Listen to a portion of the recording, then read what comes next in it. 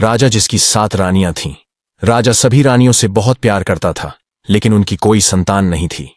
एक दिन राजा ने अपने मंत्री से सलाह ली और मंत्री ने बताया कि एक संत के पास जाना होगा जो उन्हें संतान प्राप्ति का आशीर्वाद दे सकते हैं। राजा ने संत के पास जाकर अपनी समस्या बताई।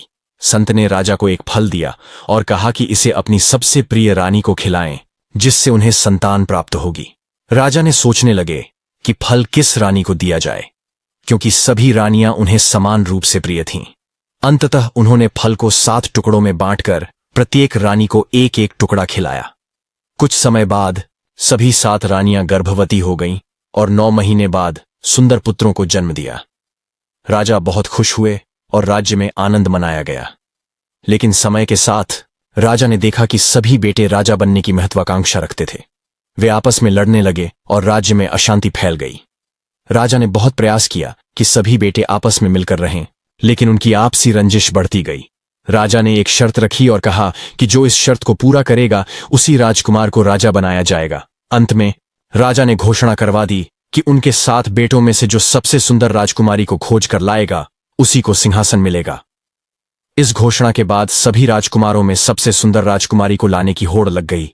राजा ने कहा, मैं अपने बेटों द्वारा लाई गई राजकुमारियों की सुंदरता की पहचान स्वयं करेगा। आखिर कौन सुंदर राजकुमारी खोज कर लाएगा और राजा के नजरों में क्या होगी असली सुंदरता, इसके लिए कहानी में बने रहे। इस घोषणा के बाद सभी पुत्र एक सुंदर रानी राजकुमारी की खोज में अलग अलग राज्यों की ओर निकल पड़े। सबसे पहला राजकुमार एक दूर के राज्य में पहुंचा।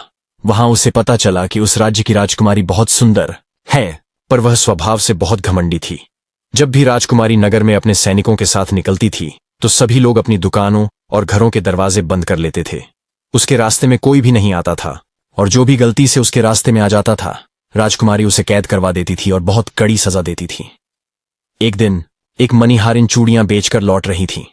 राजकुमारी की सवारी आती देख वह डर गई और वहीं गिर पड़ी। उसके हाथ से टोकरी छूट गई और सारी चूड़ियां टूटकर सड़क पर बिखर गईं। राजकुमारी के सैनिक तुरंत वहां आकर उस मणिहारिन से कहने लगे, तुमने राजकुमारी के मार्ग में कांच के टुकड़े फैला दिए हैं, तुम्हें इसकी कड़ी सजा मिलेगी। यह कहकर उन्होंने उस गरीब मणिहारिन को कैद कर लिया। यह सब दृश्य पहला राजकुमार देख रहा था।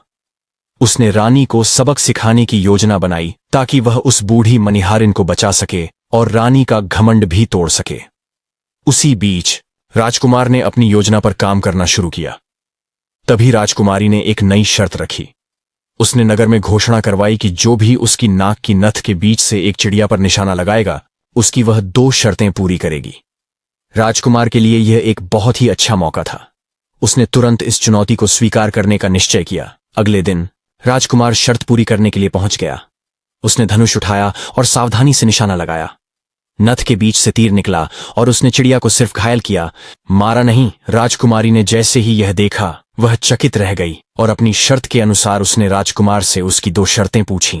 राजकुमार ने कहा, मेरी पहली शर्त यह है कि आप आज के बाद किसी को भी बिना गलती के सजा नहीं देंगी, और मेरी दूसरी शर्त यह है कि आप मुझसे विवाह करेंगी।